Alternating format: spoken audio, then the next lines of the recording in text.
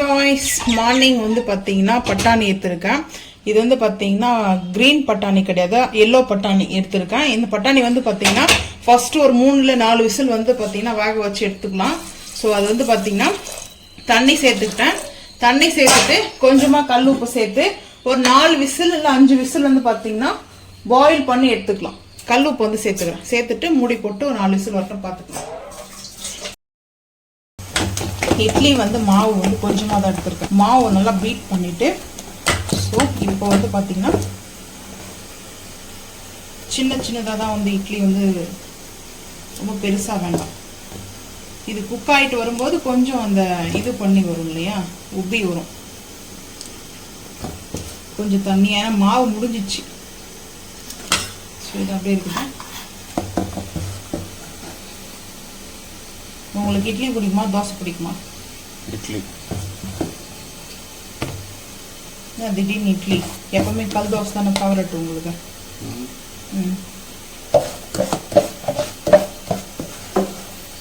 நல்லா இருக்கு.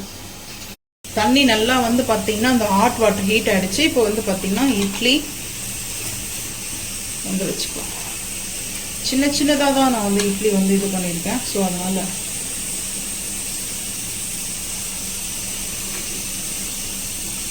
இந்த கிளாத் எல்லாம் ஃபுல் சைடாக வந்து கவர் பண்ணிக்கணும். அதுக்கப்புறம் வந்து பார்த்தீங்கன்னா ஒரு 10 நிமிஷம் ஹை ஃப்ளேம்ல இருந்தால் இட்லி ரெடி.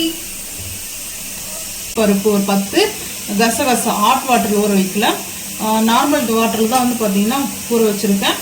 தேங்காவோட சேர்த்து நம்ம அரைச்சிக்கலாம் ஃபைன் பேஸ்ட்டாக.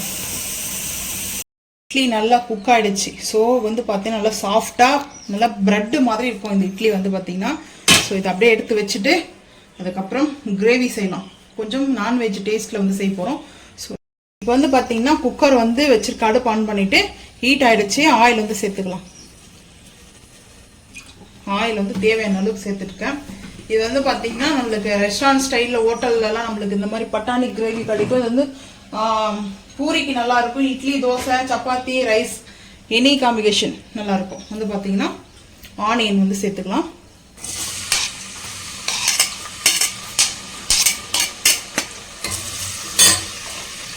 ஆனியன் சேர்த்துட்டு கருவேப்பிலையும் சேர்த்துக்கிறேன்.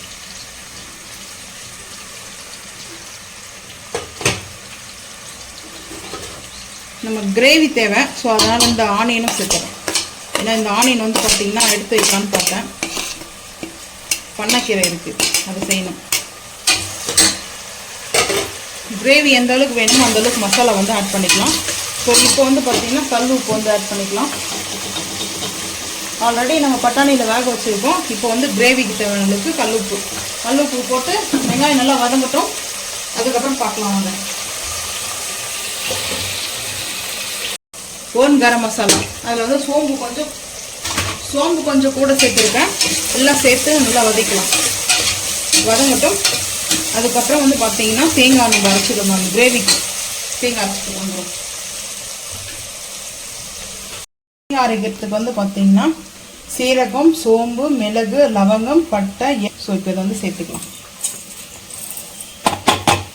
இப்போ இந்த கிரேவியில் என்ன ஒரு ஸ்பெஷல் நம்ம சேர்க்க போடுறது வந்து பார்த்தீங்கன்னா முந்திரியும் கசகசாவும் வந்து சேர்த்துக்கலாம். சேர்த்துட்டு தேங்காவும் அதோட சேர்த்துக்கலாம்.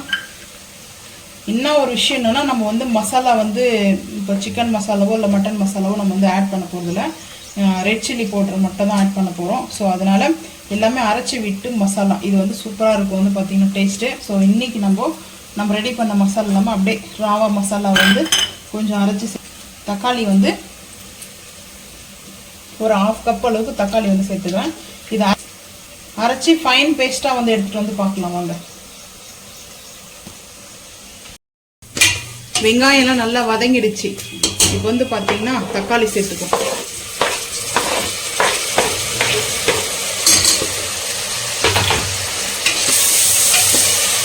இதில் வந்து நம்ம வந்து கிரேவி மசாலாவோ குருமா மசாலாவோ எதுவுமே ஆட் பண்ண போகிறதில்ல. எல்லாமே நம்ம வந்து வச்சு அரைச்சாச்சு தேங்காயிலே. இப்போ வந்து இஞ்சி பூண்டு பேஸ்ட்டு ஒரு ஸ்பூன் சேர்த்துக்கிறேன். ஸ்பூன் வந்து ஒரு ஸ்பூன் எதுக்காக சேர்க்குறோம், நல்லா ஒரு நான்வெஜ் டேஸ்ட் இருக்கும். ஸோ அதனால் நல்லா வந்து வதங்கட்டும். தக்காளியும் இஞ்சி பூண்டு பேஸ்ட்டும் நல்லா பச்சை வாசனை போகிற அளவுக்கு வதக்கி எடுத்துட்டு அதுக்கப்புறம் உருளைக்கிழங்கு, வெறும் மிளகாய் தூள் மட்டும் தான் நம்ம ஆட் பண்ண போகிறோம். ஸோ இதெல்லாம் வதக்கிற பார்த்துக்கலாம். தக்காளி, வெங்காயம், தக்காளியும் இஞ்சி பூண்டும் நல்லா வதக்கியாச்சு. இப்போ காரத்துக்கு தேவையான அளவுக்கு வந்து பார்த்தீங்கன்னா 1 ஸ்பூன் நான் வந்து காஷ்மீரி மிளகாய் பவுடர் எடுத்துருக்கேன். கொஞ்சம் ஸ்பைஸ் தூக்கலாம், ஒரே இந்த அளவுக்கு வந்து எக்ஸ்ட்ரா சேர்த்துங்க. ஏன்னா உருளைக்கிழங்கு பட்டாணியெல்லாம் சேர்க்குறோம் இல்லையா, ஸோ அந்த மாதிரி இருக்கணும். நான் வந்து இன்றைக்கி எந்த கரம் மசாலா வந்து பார்த்தீங்கன்னா பவுடரும் ஆட் பண்ணலை. ஸோ குருமா செய்வோம் இல்லையா, வெஜிடபிள் குருமாவாக இருக்கட்டும், சிக்கன் குருமா மசாலா கூட இதை நான் ஆட் பண்ணல. ஸோ இப்போ வந்து பார்த்தீங்கன்னா பாயில் பண்ணி வச்சுருக்கிற பட்டாணியும் பாயில் பண்ணாமல் வச்சுருக்கிற பொட்டேட்டோவும் சேர்த்துருக்கேன். உருளைக்கிழங்கும் பட்டாணியும் சேர்த்தாச்சு. உருளைக்கிழங்கு வந்து பார்த்தீங்கன்னா கிரேவிக்கு இந்த மாதிரி ஒரு க்யூபாக வந்து பார்த்தீங்கன்னா மினி வந்து பன்னீர் கட் பண்ணுவோம் இல்லையா, அந்த மாதிரி க்யூபாக வந்து சேர்த்துக்கலாம். ஸோ அதுக்கப்புறம் வந்து பார்த்தீங்கன்னா அரைச்சி வச்சுருக்குது, இந்த ஜாரில் தான் அரைச்சேன். ஸோ இது வந்து பார்த்தீங்கன்னா அந்த அரைச்சி அடிச்சிருக்கிறோம் இல்லையா, அதை வந்து ஆட் பண்ணிவிட்டு தண்ணி சேர்த்துக்கலாம். இந்த அளவுக்கு தண்ணி வேணுமோ இப்போ தண்ணி சேர்த்துக்கலாம். தண்ணி வந்து சேர்த்துருக்கேன். நம்மளுக்கு கிரேவி மீடியமாக, ஆனால் வந்து பார்த்தீங்கன்னா முந்திரி பருப்பு போட்டதுனால கொஞ்சம் திக்னஸ் ஆகும். நீங்கள் வந்து முந்திரி பருப்பு இல்லைன்னா பொட்டுக்கடலை வந்து சேர்த்துக்கலாம். நான் வந்து பார்த்தீங்கன்னா இன்னும் கொஞ்சம் தண்ணி சேர்த்துக்கிறேன். ஏன்னா கொஞ்சம் லைட்டாக தண்ணியாக இருக்கட்டும். அப்புறம் வந்து பார்த்தீங்கன்னா ஆறுச்சுன்னா கொஞ்சம் நல்லா வந்து திக்னஸ் ஆகிடும். இப்போ வந்து கொத்தமல்லி நல்லா ஃப்ரெஷ்ஷாக வாஷ் பண்ணி கட் பண்ணி எடுத்துருக்கேன். ஸோ வந்து கொத்தமல்லியை வந்து சேர்த்தாச்சு. சேர்த்துட்டு காரம் உப்புலாம் கரெக்டாக இருக்குது. கரெக்டாக வந்து பார்த்தீங்கன்னா 2 விசில் நம்மளுக்கு வந்து பார்த்தீங்கன்னா கிரேவி ரெடி ஆகிடும். நல்லா சூப்பராக இருக்குது பாருங்கள், ரெஸ்டாரண்ட் ஸ்டைலில். இது வந்து பூரிக்கு அவ்வளோ சூப்பராக இருக்கும். ஸோ இப்போ வந்து பார்த்தீங்கன்னா கிரேவி ரெடி ஆகட்டும், பார்த்துக்கலாம். வந்து பார்த்தீங்கன்னா